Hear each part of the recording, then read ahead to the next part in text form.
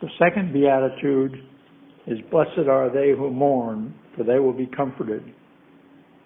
When a family becomes a domestic church, organized as a poor in spirit team, they begin their progressive spiritual development through the Beatitudes towards being a fully developed, Christ-driven community. The next step is the second Beatitude, where we learn to communicate like Christ, always calm, in control, and free from the reactive emotions of fear and anger. Cognitive thinking tells us that we input enormous amounts of data every second into our unconscious. That data is analyzed by the memory.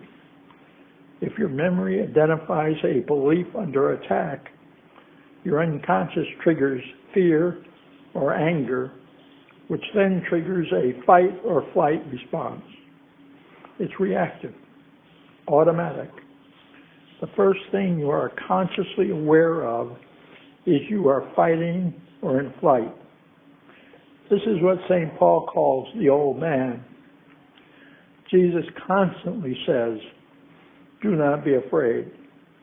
And anger leads to murder. So Jesus is fully human.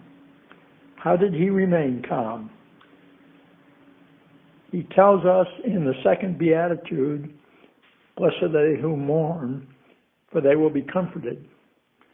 Jesus, the new man, has a different meaning for the word mourn. The imitation of Christ provides some insight. What can another person, word, or shabby treatment do to you?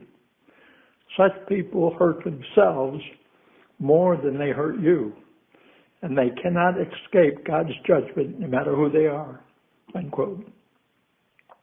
So we mourn what they are doing to themselves. But how do we change our automatic reaction? We have to reprogram the automatic trigger. We do this by internalizing a different trigger to a belief under attack, to a trigger to analyze what they are feeling. This takes practice. Start by seeking to identify what others are feeling and reporting your perception. For example, "I sense you are angry.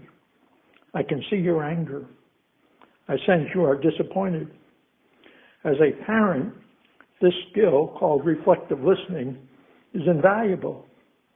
When your child comes at you, stay calm with reflective listening to show understanding and then seek cause and solution. For example, "I can see you're upset and I understand. What can we do?" Chapter 4 in the STEP program covers this. Once mastered, this skill will allow you to stay calm, stay in control, and free of the stress feelings, anger, and fear, and give you the foundation for the other Beatitudes.